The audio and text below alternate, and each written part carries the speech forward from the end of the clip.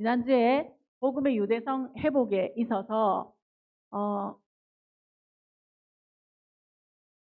세 가지에 대한 이야기를 드렸는데 생각이 나십니까? 첫 번째는 복음의 유대성이 있다라고 이야기할 때 첫 번째가 예수와 하메시아 그분께서 유대인이셨다.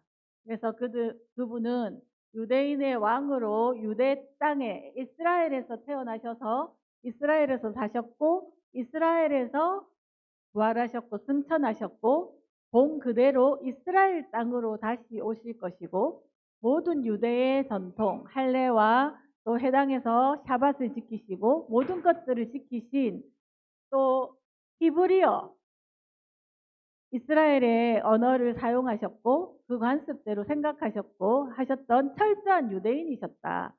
유대인이기를 함부로 포기하신 적이 없으신 분이다. 그것도 이야기했고요. 기억나십니까? 두 번째, 생각나는 대로 말씀해 보십시오. 네? 그렇죠. 성경의 모든 기록자는 유대인이다. 생각나십니까? 모든 성경은 유대인이 기록했기 때문에 유대인의 생각 방식, 유대인의 문화, 그것을 토대로 성경이 만들어졌다. 기록되어졌다. 제가 말씀드렸고, 세 번째가 초대교회는 모두가 유대인이었다. 기억나시죠? 그래서 처음에 예수님이 오셔서 예수님을 따를 때 예수님께서 이방인이 아니라 유대인이 먼저다라고 하시면서 유대인들에게 말씀을 전하시고 모든 제자들도 유대인이었고 그래서 예수님께서 승천하시고 내가 아버지께서 부탁하신 것을 기다리라 라고 말씀하실 때 기다렸던 제자들이 다 유대인이었는데 오순절날 성령이 임하면서 베드로가 나가서 복음을 전했을 때 5,000명, 3,000명이 믿었던 사람들이 전 세계에 흩어졌던 디아스포라 유대인이었다. 언어가 달랐지만 모든 구성원은 유대인이었다. 여기까지 제가 말씀드렸죠. 자, 이거를 할 건 아니고요. 로마서 11장 25절을 먼저 한번 띄워주십시오. 네, 다 같이 한번 읽어보겠습니다. 너희가 스스로 지혜 있다 하면서 이 신비를 너희가 모르기를 내가 원하지 아니하노니 이 신비는 이방인의 충만한 수가 들어오기까지 이스라엘의 덜어는 우둔하게 된 것이라. 자, 여기 보면 이방인의 충만한 수가 들어오기까지 이렇게 나오죠. 그래서 이것을 가지고 예수님이 다시 오려면 우리가 이방인의 충만한 수를 채워야 된다. 이렇게 해서 지금까지 선교의 원동력이 됐습니다. 그래서 엄청나게 뛰어다니면서 막 선교하고 이 수를 점점. 근데 원래 이 원문을 읽어보면 수라는 의미가 없어요.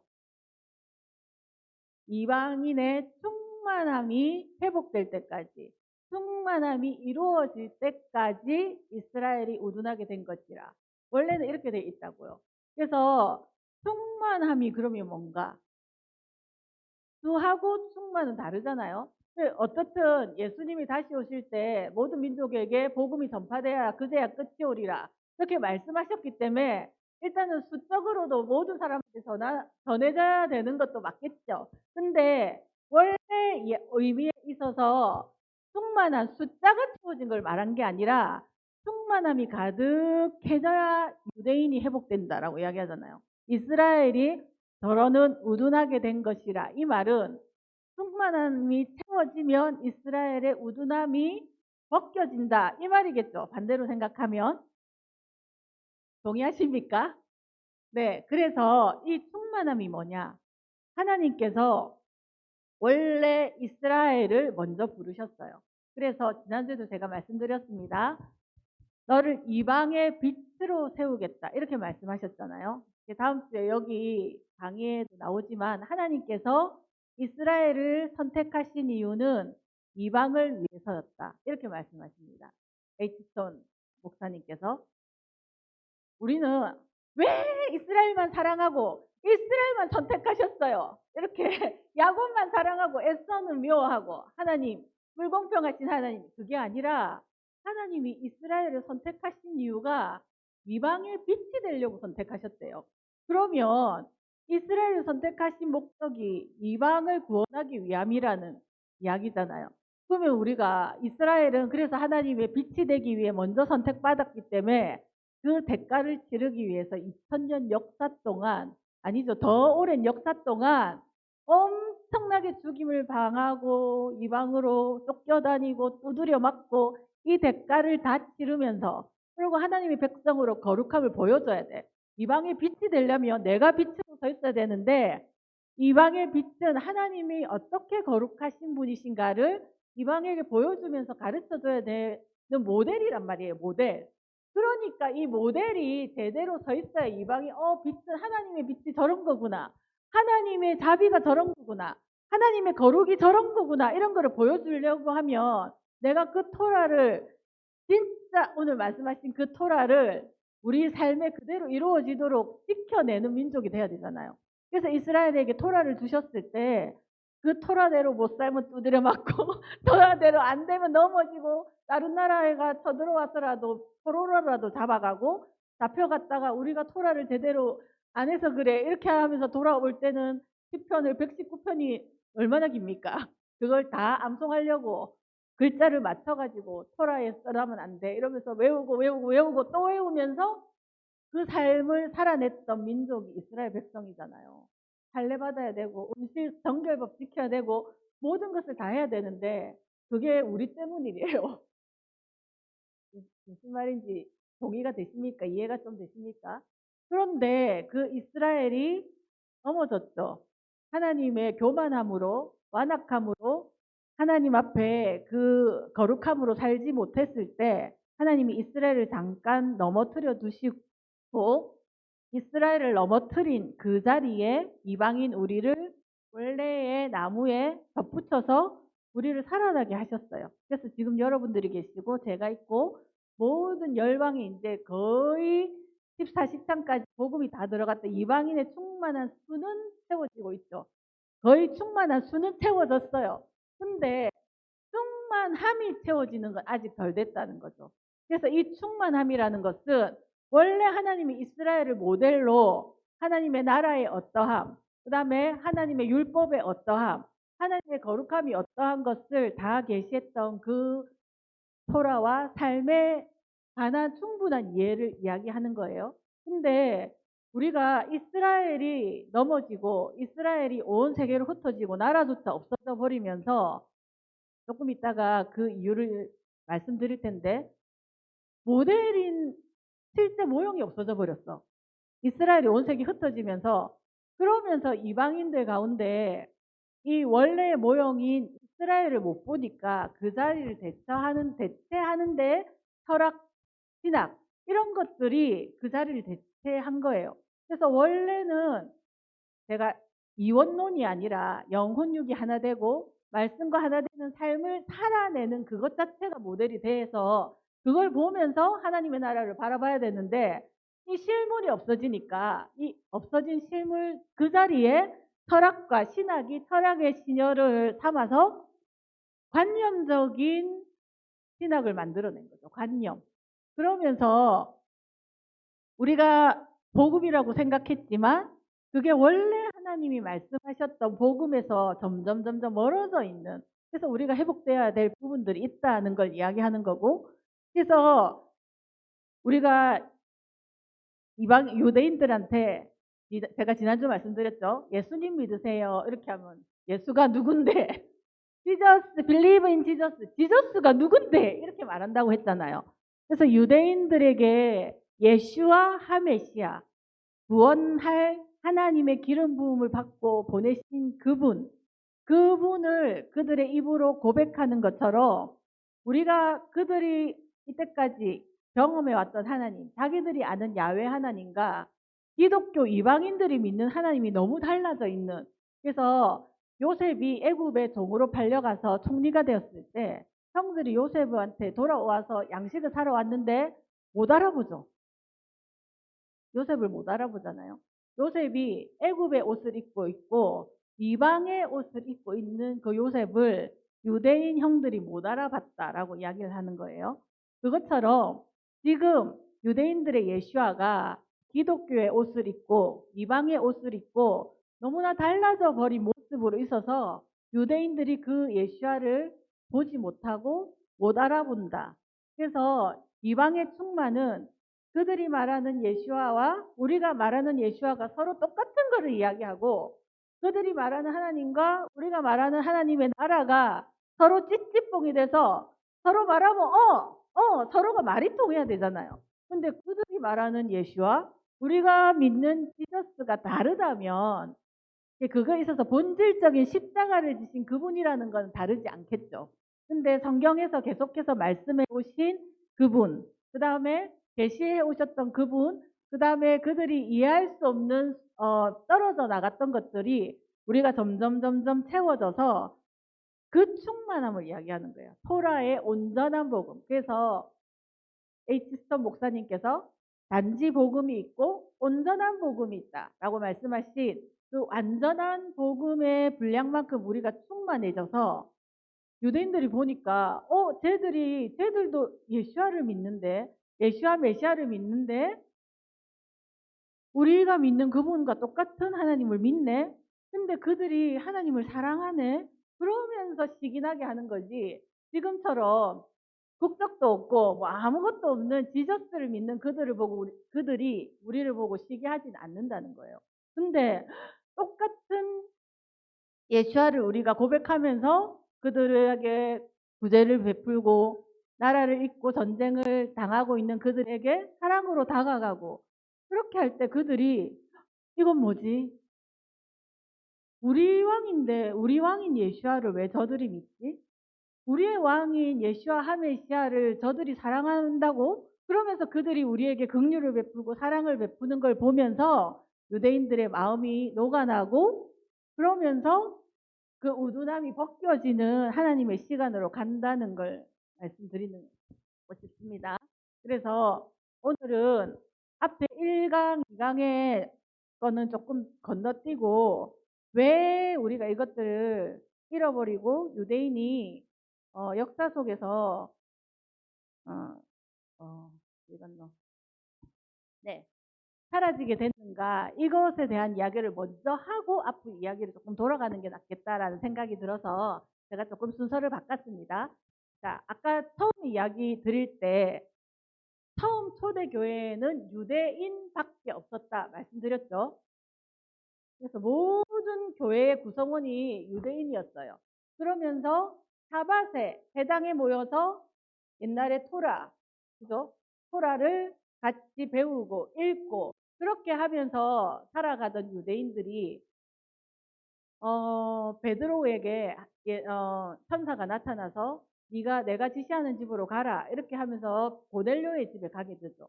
그때 처음으로 이방인이 성령을 받는 것을 보게 되고 그때부터 이방인에게도 성령을 주시네 이러면서 이방인들이 그때부터 메시아닉 초대 교회 공동체 안으로 들어오기 시작했던 거죠.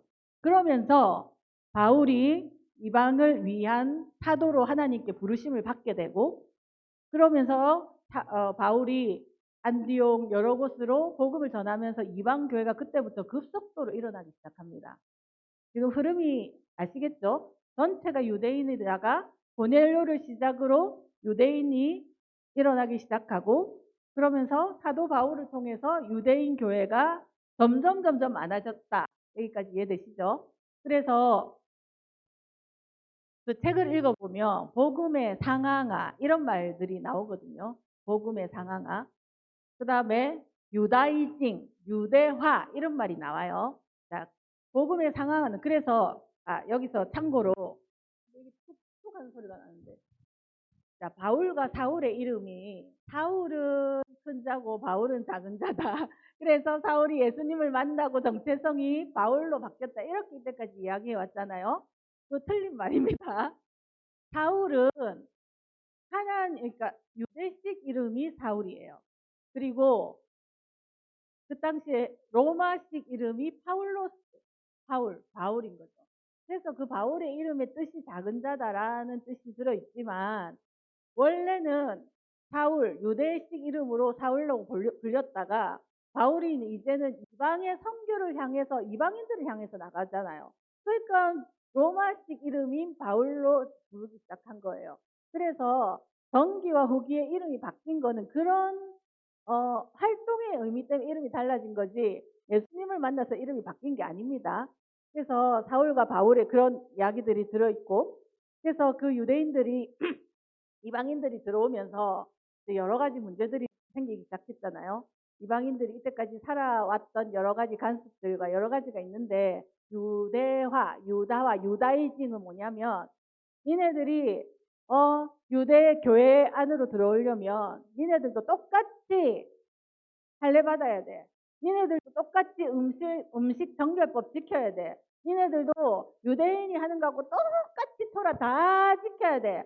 그래야 유대인으로 들어올 수 있어. 교회 안으로 들어올 수 있어. 이렇게 막 하는 사람들이 많이 생겨난 거예요. 근데 우리도 진짜 양반은 자기가 양반처럼 안 하는데 돈을 주고 신분을 샀던 양반들이 많잖아요. 그러면 누구보다 더 양반인처럼 흉내를 내죠. 누구보다 더 양반이 돼야 돼. 그런 것처럼 그 당시에 자기가 이렇게 유대인 안으로 들어와서 진짜 유대인이 되려고 누구보다 열심히 율법을 지키고 할례를 다 행하고 이렇게 했던 사람이 오히려 들어오는 사람들 보고 너도 이렇게 해야 돼 이렇게 더 했던 거죠. 어떻든 간에 그런데 복음의 상황아 바울이 하나님의 백성으로 들어오는 데 있어서 유대인이나 이방인이나 다 믿음밖에 없다. 그 예슈아 하메시아를 믿는 그 믿음으로 하나님의 백성이 되는 거다. 그러면서 예루살렘 공회를 해서 이방인에게 우리가 우리처럼 되라고 유다화 되라고 짐을 지우지 말자. 그래서 예루살렘 공회에서 네 가지 음행과 목매어 죽인 것과 피와 우상 이 네 가지 빼고는 유대인 이방인이 안 지켜도 예수를 믿음으로 구원을 받는다라고 땅땅땅 한 게 예루살렘 공회잖아요. 그러면은 유대인들은 이방인을 하나님의 백성으로 받아들이는 데 있어서 상황화를 했죠. 그들에게 맞는 그래서 그들에게 유대인이 되기를 강요하지 않았다고요. 그랬는데 그 뒤에 45번 정도 복음의 유대성 회복 두 번째 PPT 45번 정도 한번 해봐 주세요.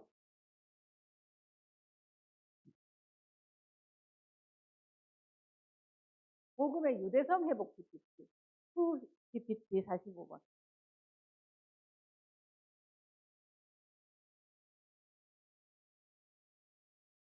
이거 1 아니에요. 2. 제가 2. 복음의 유대성 회복 2. 2에 한 45번 정도 45번이니까 네.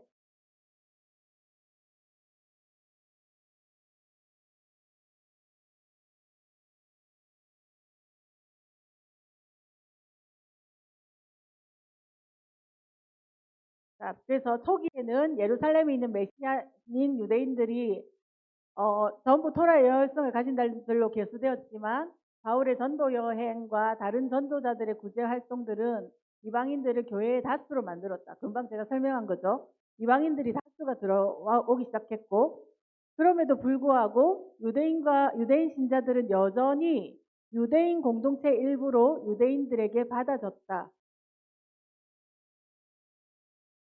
그러나 바울이 로마스를 쓸 무렵 대부분의 유대인들은 예수아를 메시아로 거부했다. 처음에는 막 예수님을 따라다녔던 제자들이 있었지만 전체 유대 공동체에서는 예수아를 믿는 메시아닉 유대인들이 아주 소수가 된 거죠.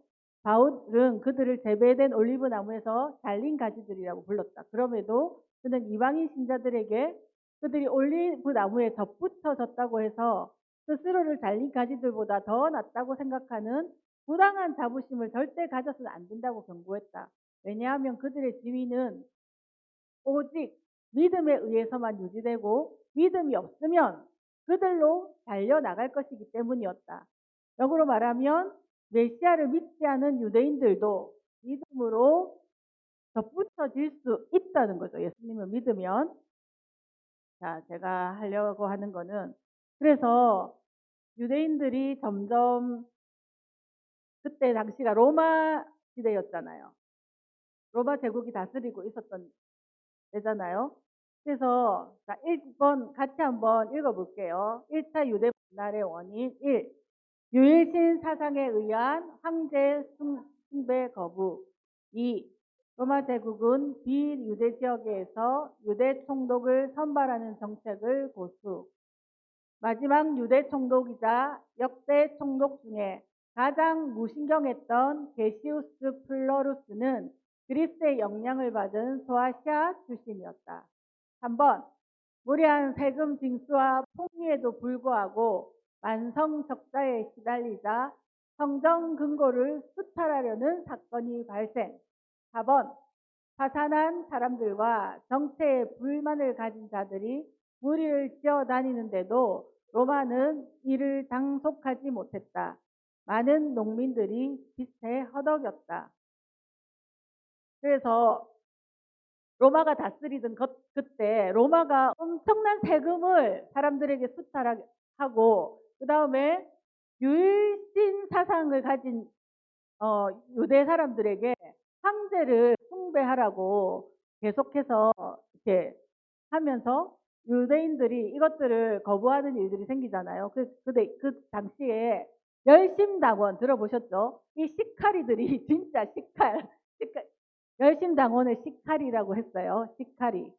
근데 실제로 칼을 품고 다니면서 로마와 친하게 지내는 사람, 로마에 빌붙어 있는 사람들을 죽이기도 하고 막 이렇게 하면서 열심당원들이 다녔단 말이죠.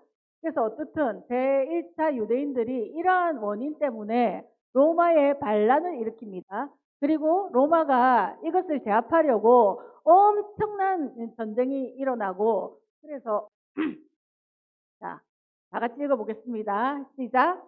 제1차 유대 로마 전쟁. 유대인 간의 내전이기도 했다.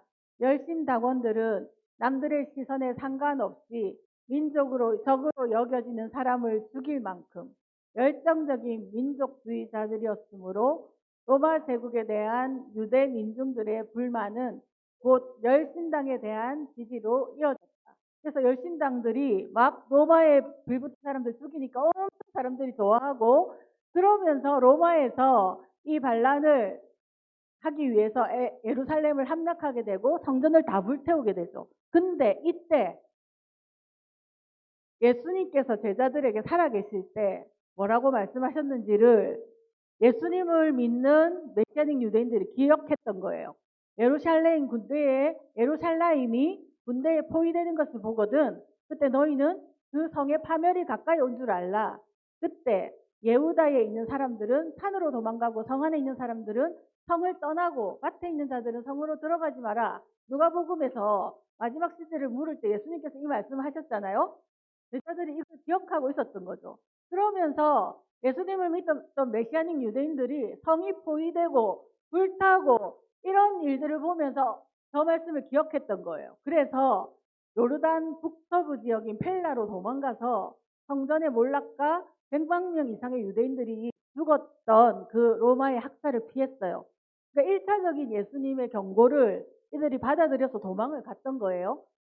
근데 이 신중함 때문에 오히려 열심당원들이 니네들은 배반자들, 어디 나라를 버리고 예루살렘 성을 버리고 도망가, 이 배신자들, 이렇게 하면서 다른 유대인들에게 메시아닉 유대인들이 반역자로 점찍힌 거예요. 그 다음에 그래서 도망갔다가 다시 돌아와서 예배를 시작했지만 여전히 사람들은 그들을 받아들이지 않고, 그러면서 예루살렘이 불타고 없어졌잖아.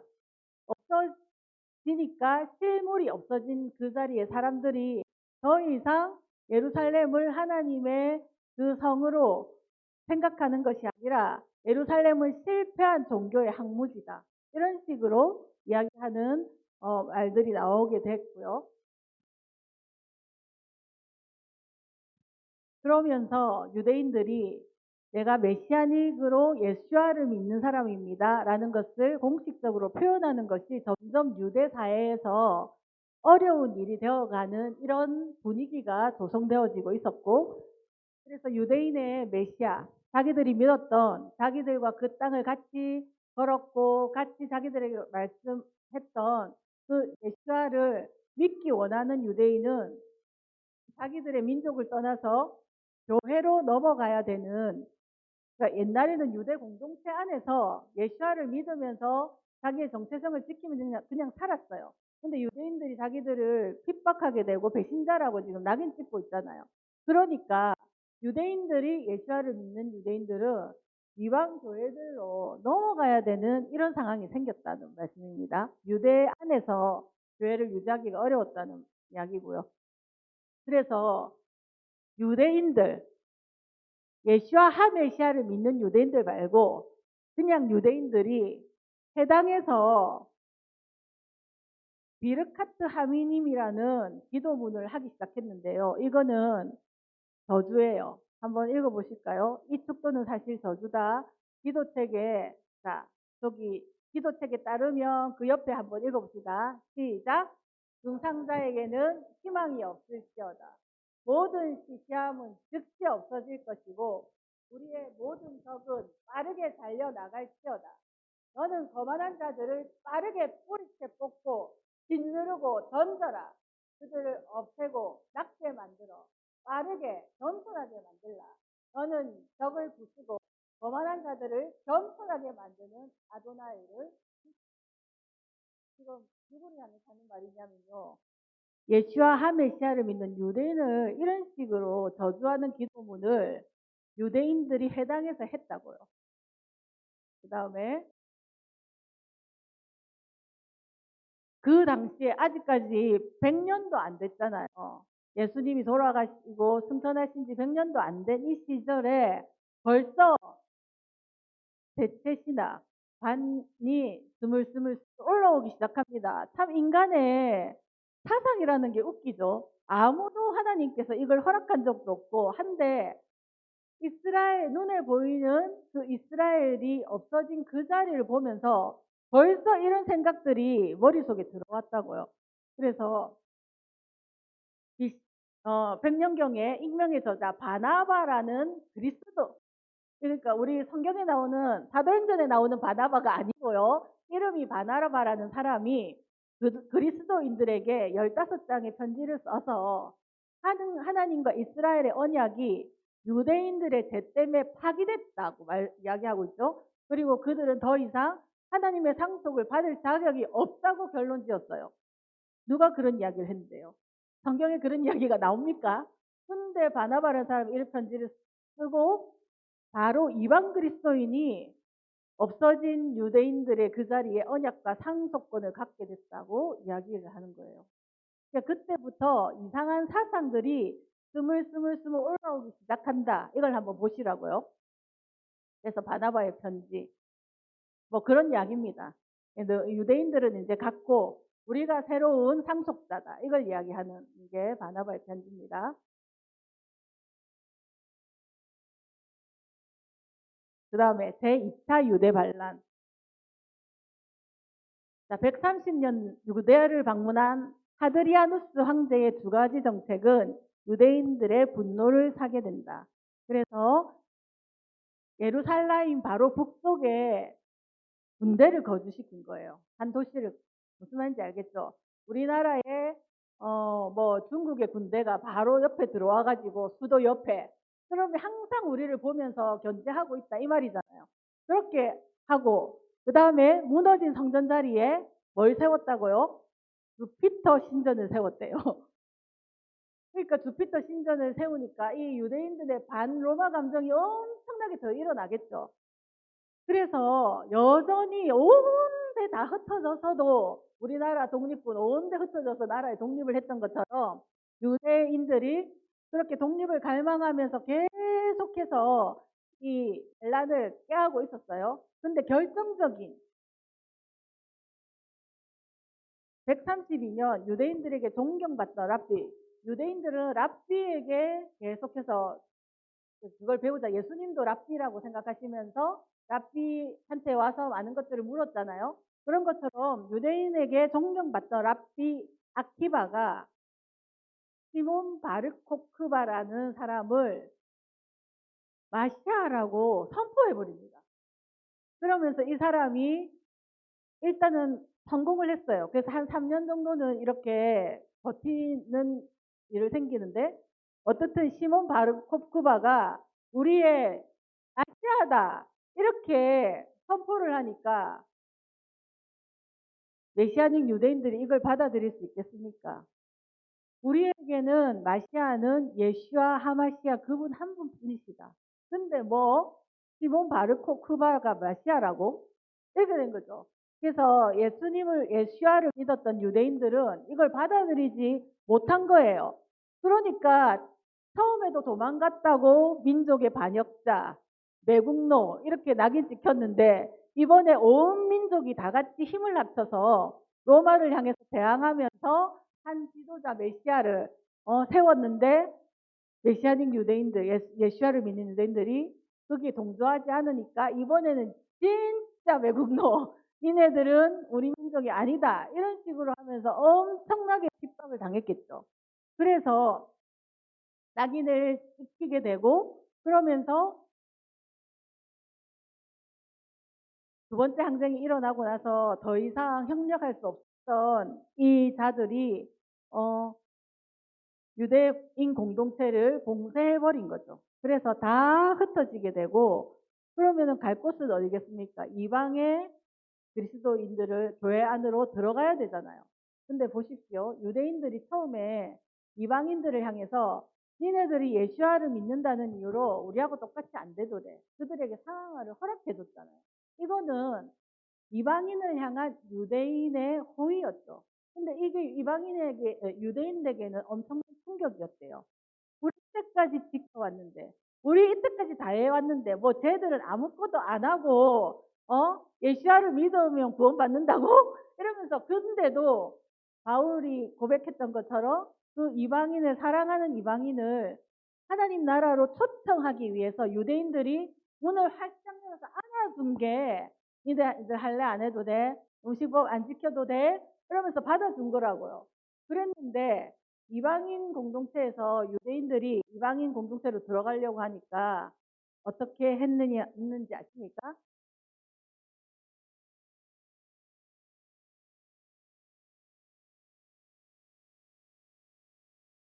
이게 너무 길어가지고 어, 그냥 요점만 말씀드리면, 이방인 공동체에서 자기들이 받은 호의를 오히려 거꾸로 하는 거예요. 유대인들이 들어왔을 때 당신들이 교회에 들어오려면 할례하지 마십시오.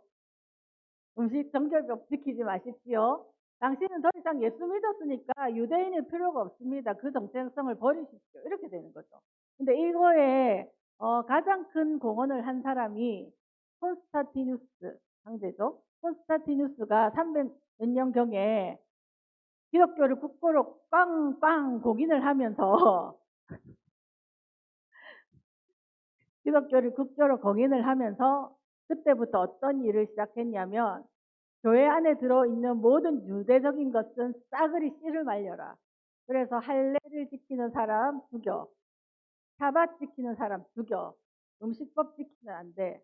이렇게 오히려 역차별을 하면서 유대적인 그 관습을 행하는 모든 유대인들의 모든 것을 없애는 작업을 했어요. 그러면서 유대인들의 하나님을, 여호와의 절기, 여호와의 날도 지키지 못하게 만들고, 그러면서 샤밧을 없애버리고 주일로 대체하고,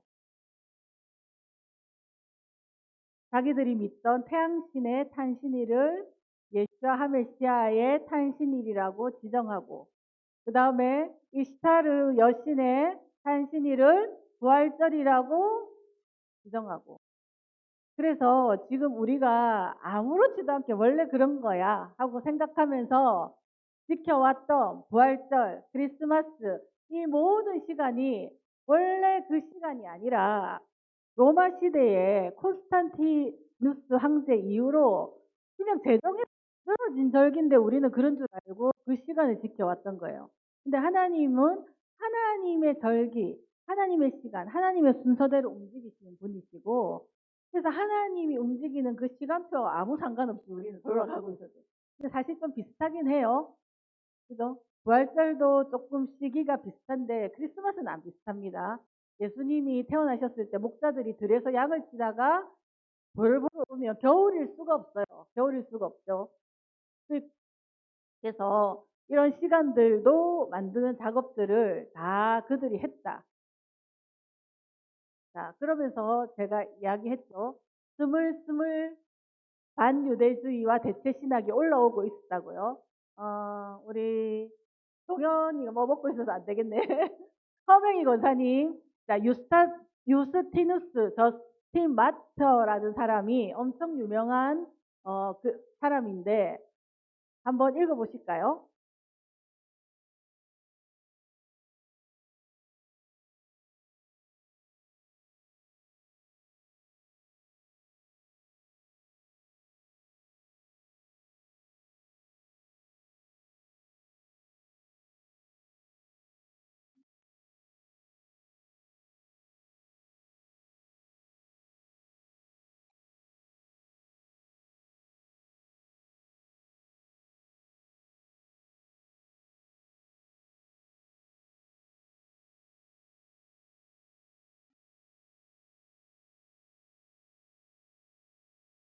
네. 그러면서 비슷한 것 같은데 뭔가 조금씩 바뀌어가고 있는 게 보이시죠? 주일날 모이기 시작하고요. 그 다음에 교부들의 반유대주의와 대체 신학도 누가 가르쳐 주지도 않았는데 스물스물 올라옵니다.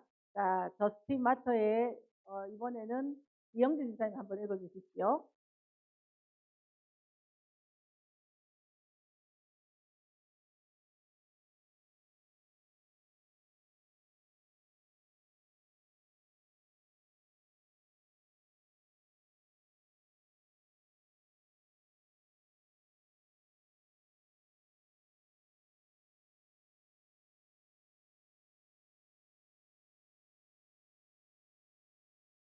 태생적인 죄가 많은 유대인들의 악 때문에 더 이상 언약이 유용하지 않답니다. 그러면서 이방인이 유대인을 대체했고 참된 영적 이스라엘, 그럼 우리는 태생적으로 죄가 없습니까? 자, 제가 나중에 파일을 드리겠습니다. 안 찍어도 되게. 자, 알렉산드리아 학파를 대표하는 여러분 많이 들어보셨죠? 오리게네스 이분이 어떤 말을 했는지 창성이가 한번 해봅시다.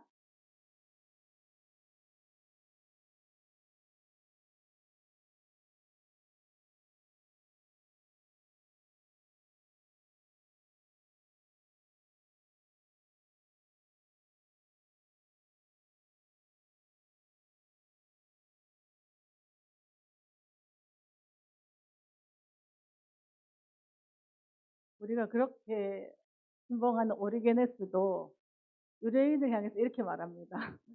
기독교인들에게 전달되는 게 마땅하다고. 자, 그 다음에 은총 가사님 읽어주세요. 여 키프리아누스 카르타고의 주교입니다.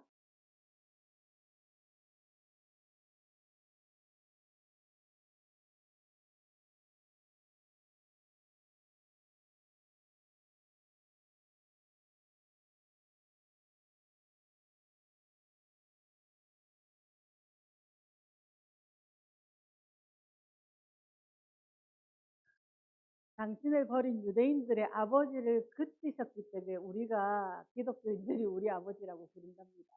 근데 제가 아까 말씀드렸죠. 유대인들은 하나님의 모델이라고요. 하나님이 유대인들에게 어떻게 하는가를 보면 우리에게 어떻게 하는 하나님인가를 알 수 있다는 거거든요. 그러면은 유대인들이 죄인이고 잘못해서 버렸어. 그럼 우리도 버릴 수 있다는 거잖아요.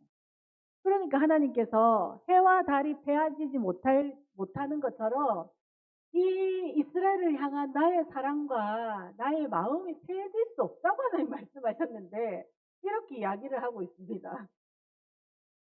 자, 서방교회 4대 교부이자 밀라노 주교 암브로시우스. 정연이 읽어볼까요?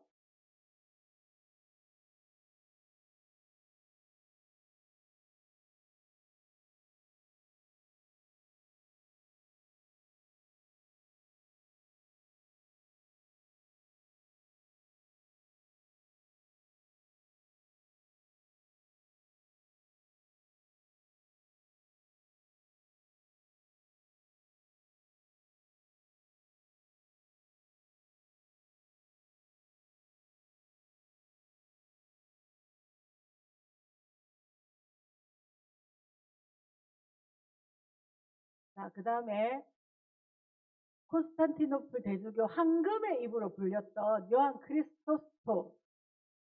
자, 윤종 지사님 읽어주세요.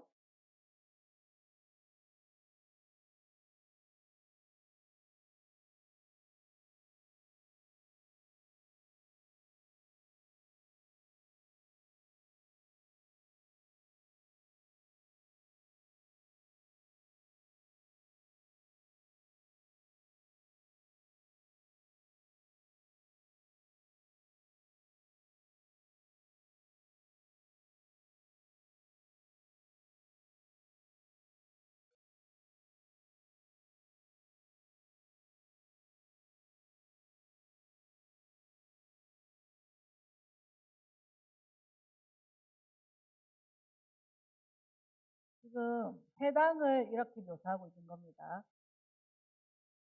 계속해서 읽어주세요.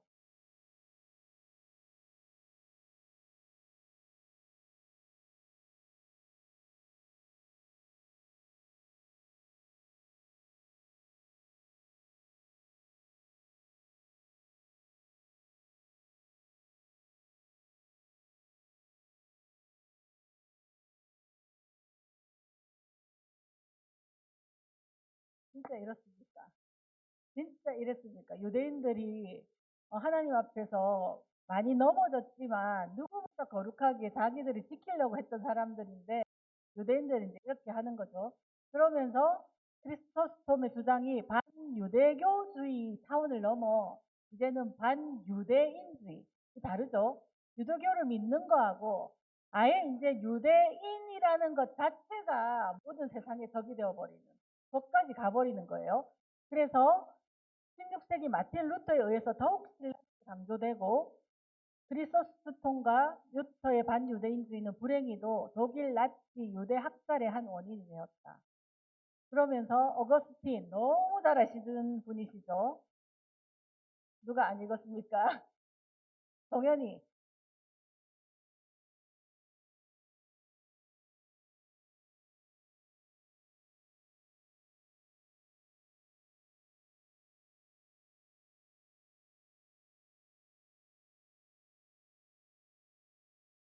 네.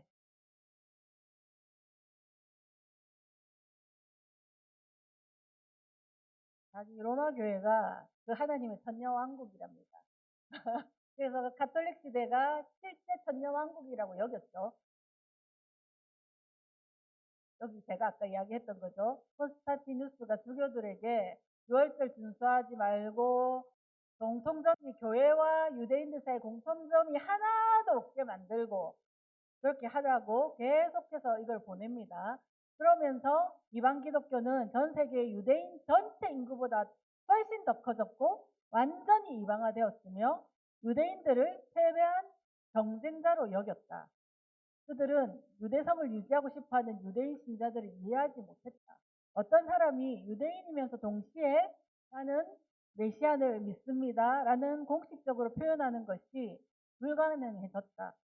그러니까 할례하는 것을 버리고 안식일을 버리고 유대의 절기를 지키는 걸 버리고 교회 안으로 들어가야만이 자기들의 메시아를 믿을 수 있는 상황이 생겼다 이 말입니다.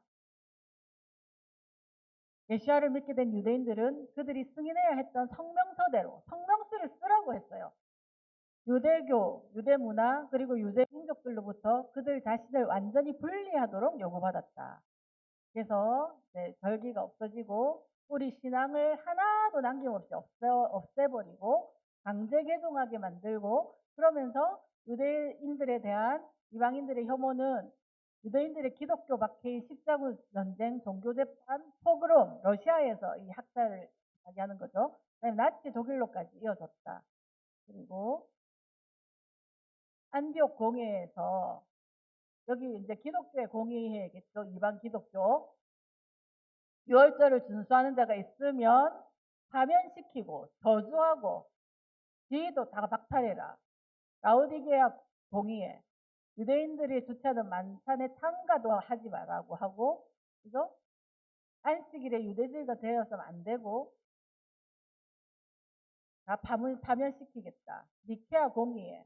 비밀스럽게 안식일을 지키고 간행을 따르면 영성체 기도 교회에서 받아들여질 수 없다. 뭐 다 그런 거고 그러면서 자기들이 천년왕국이다. 그러면서 얼마나 여기 보세요. 맨 밑에 중세교회는 유대인과 관련하여 사탄의 삼위일체 교리를 만들어냈다. 이제는 유대인들이 사탄의 삼위일체 중에 하나래요. 사탄의 삼위일체가 있는데 사탄의 삼위일체를 악마, 적그리스도, 그리고 유대인이 사탄의 삼위일체다. 이렇게 만들어냅니다. 참 이 사람의 의식의 흐름과 생각이 이 거짓말이 모든 유럽과 모든 그 시대의 기독교 전체에 퍼져버리게 된 거죠. 그러면서 유대인들은 그리스도를 죽인다라는 제목으로 악마와 돈을 숭배하는 제목을 뒤집어 씌우고 그러면서 그때부터 어떻게 하냐면 모든 연극, 포스터, 그림, 그 다음에 모든 문화에 유대인들의 이러한 이미지를 다 집어넣어서 만들기 시작해요. 그래서 그림을 보시면 저 시대 그림에 유대인은 매부리코, 그 다음에 수전노, 스크루지, 그 다음에 베니스의 상인의 돈 없어, 살 내놔, 다 유대인이죠. 그런 식으로 오페라에도 뭐에도 유대인을 이렇게 나쁜 이미지로 하기 시작한 거예요. 만들기 시작했어요. 그래서 신의 살인자들이 막 방랑하는 그림, 악마같이 생기게 유대인을 그렸죠. 그 다음에 유덴자우라고 유대인이 제일 혐오하는 것 중에 하나가 돼지잖아요. 근데 이거를 그 자기들 광장의 벽에다가 유대인이 돼지에 젖을 빠는 구조를 만들어서 지나가는 사람 다 보도록 이렇게 만들어 놓고요. 시나고가와 에클레시아.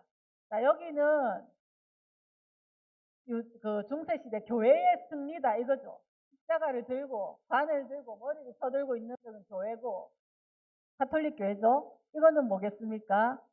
해당의 유대인을 이야기하겠죠. 그래서 토라를 든 돌판이 밑으로 내려가 있죠. 손이. 돌판이 내려가 있고 고개를 숙이고 십자가는 꺾어졌습니다. 그래서 유대인을 대하여서 우리 교회가 승리했다. 유대인들은 패배자다. 이런 구조를 어디다 만들었냐는 줄 압니까? 교회에. 가톨릭 성당 들어가는 입구에 만들어서 모든 자들이 보도록 독일 대성당 이게 만들어놨죠. 그 다음 마르틴 루터. 처음에는 마르틴 루터가 이렇게 막 핍박받고 있는 유대인들을 자기가 종교개혁을 했잖아요. 그러니까 가톨릭에서 뭔가가 아닌 것들을 개혁을 했는데 이 유대인들을 회유해서 내 편을 만들면 되겠다라는 생각을 했던 거예요. 저들도 핍박받고 있으니까 내가 하자고 하면 하겠지.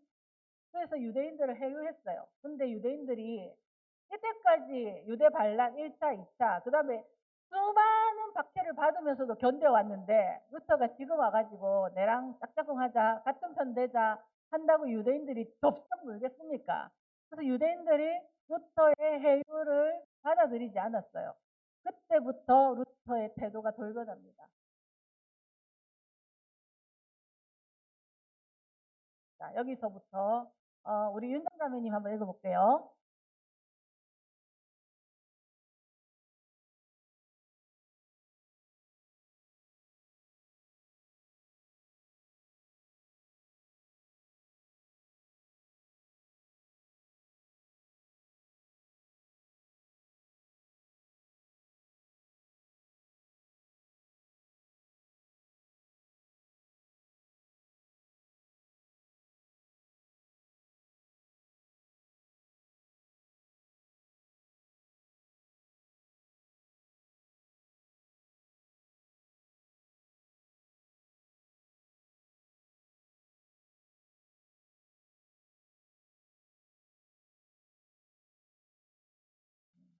그다음에 루터 결국 반유대주의자의 길을 걷다. 자, 정진 집사님 읽어주세요.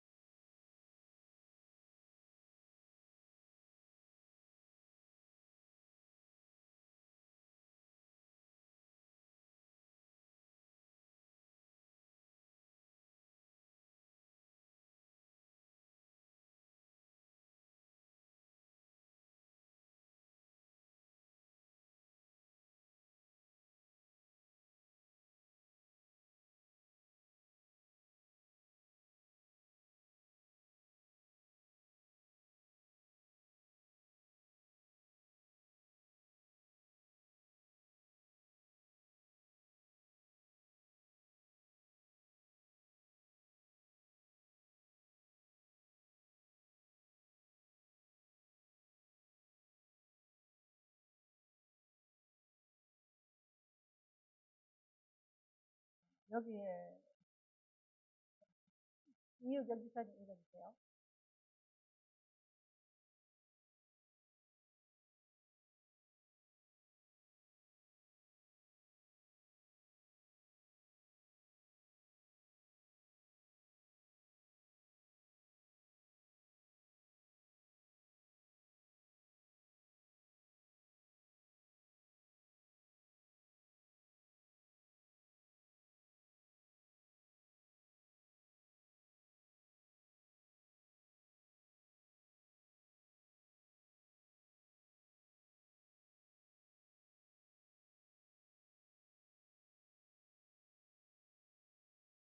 그래서 루터가 쓴 이 유대인과 그들의 거짓말의 전 독일의 그때 활자술이 잘 이렇게 엄청 이렇게 개발이 되어지고 그러면서 책을 대량으로 찍어내는 기술이 생긴 거예요.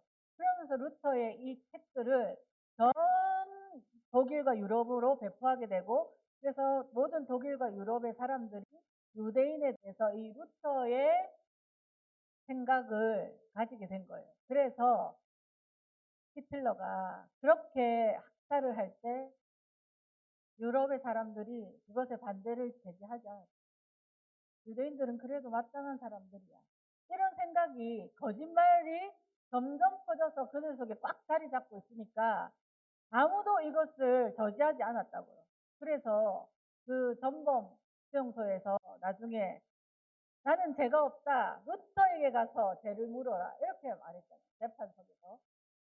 이런 것들을 보면 루터는 자기는 지저스를 사랑한다고 했습니다. 그런데 주를 미워한다고 합니다. 우리 예수와 메시아께서 유대인이셨고 자기가 그렇게 좋아했던 성경의 모든 저자들이 유대인이었고 자기에게 이 신앙을 전수해준 초대 교회가 유대 공동체였는데 자기는 예수와는 사랑하는데 유대인은 미워한대요. 이 율배반적인 네. 그래서 오늘은 좀 역사적인 것에 대해서 왜 유대 초기의 공동체와 교회들이 없어져 버릴 수밖에 없었는가?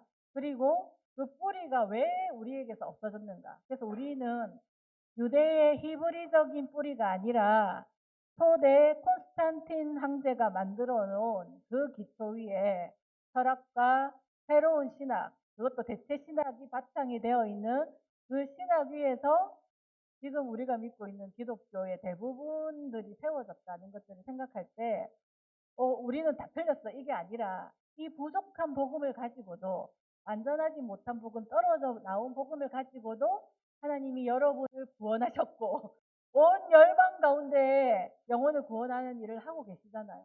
그럼요. 아까 충만함이 차서 완전해지면 어떻게 되겠습니까? 엄청난 영광, 더 말할 수 없는 생명이 더 흘러가겠죠. 그래서 하나님, 지난주에도 이야기했듯이 우리가 어디서 떨어졌는지를 바라보면서 우리가 돌아가야 할 곳, 우리가 회복해야 될 것을 더 회복하기를 원합니다. 하나님 당신의 그 토라를 우리가 사랑하기를 원하고 당신의 마음속에 우리를 위해서 넘어뜨려 두셨던 그 이스라엘 백성들을 위해서 우리가 더 중보하는 자로 서겠습니다. 우리 그렇게 같이 기도하고 마치도록 하겠습니다.